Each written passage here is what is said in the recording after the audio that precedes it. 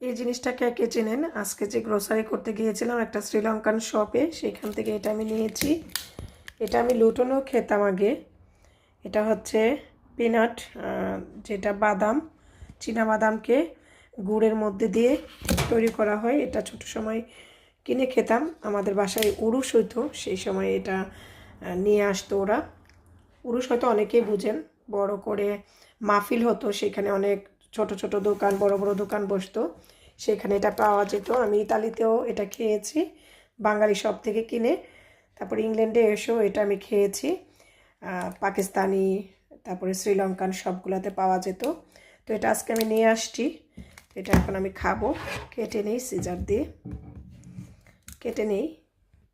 এই তো এটা খুলে নিয়েছি, দুই ভাগ করে নিয়েছি। এটাকেও আবার র্যাপ করা আছে, যে এই অংশটাও র্যাপ করা আছে, এটা র্যাপ করাই থাকুক। এই যে